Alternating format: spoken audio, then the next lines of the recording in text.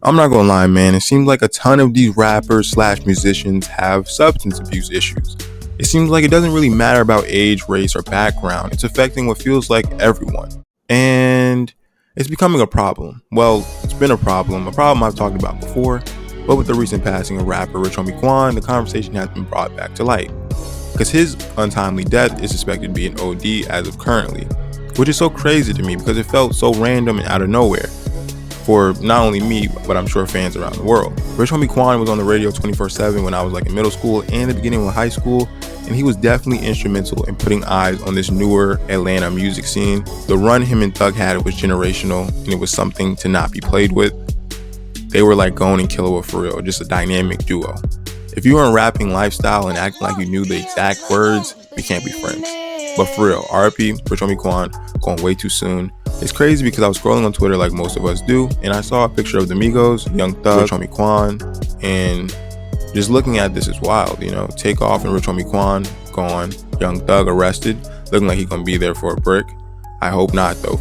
But back to the video, substance abuse or addiction, whatever you want to call it, is taking people way earlier than they're supposed to go. Substance abuse has been a significant theme in hip-hop, reflecting both the personal struggles of artists and the broader societal issues related to drug use. The relationship between hip-hop and substance abuse is complex and multifaceted, with different eras and artists influencing how these themes are portrayed and understood. This isn't something new.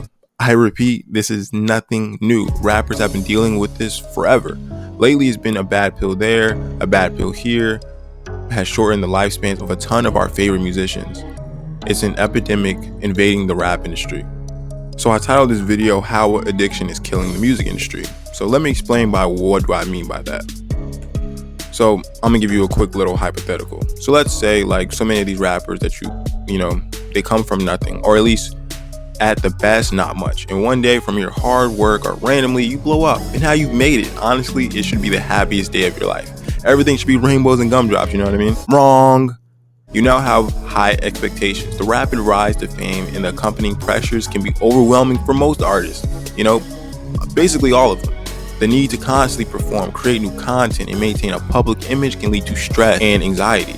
Can you imagine already having high expectations, but now the world knows you do too? Especially how fickle the rap genre is. If you're not constantly creating and constantly having the number one hit, people are saying you fell off, in the comment section. Oh, no, bro fell off. Put my fries in the bag, bro. Retire, bro. And this is like your first, second year in the game. It's a crazy world. And now you're forced to try to remain relevant as much as you can. And now you're doing dumb stuff for views, which can be very isolating. The artist may struggle to find genuine relationships or maintain connections with people who knew them before their success. This can lead to feelings of loneliness and even depression. And now you're sad, listening to sad songs in your car, and now you need to cope. What do? You enable substance abuse in your life to deal with mental and emotional stress associated with the fame. Not to mention the cultural environment of just hip-hop in general. Like it or not, we glorify drugs in rap. That's just what it is. I don't think it will ever change. Everybody thinking it will change at some point, you're capping, you're wrong. It's just the truth. Rap is synonymous with substance abuse issues. It's been glamorized, it's part of the lifestyle, associated with success, wealth, and partying. This can create a culture where substance use is normalized and even encouraged.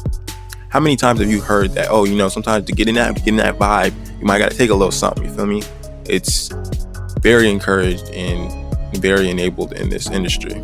Also, the trauma and mental health issues. People like I mentioned earlier, come from already bad areas, and sometimes in said bad areas, you develop trauma and mental health related problems. So you self-medicate to cope, and it just strengthens the problem at hand. And not to mention the access and availability. You have increased access with fame and often money. So you have so much money and everything's becoming so much easier, which provides access to drugs. The music industry, which with its parties and constant touring, also makes it easier for artists to be exposed to drugs and obtain them. Not to mention industry enablers. In some cases, in the industry, managers, promoters, and even the other artists may enable substance abuse by providing it or failing to intervene when they see signs of addiction, which I closely relate to what happened with Juice. Again, he was a grown man making his own decisions, but still, you would think with so many people around him, this wouldn't have gotten so bad. But I say that to say, the reason behind substance abuse problems among rappers are multifaceted.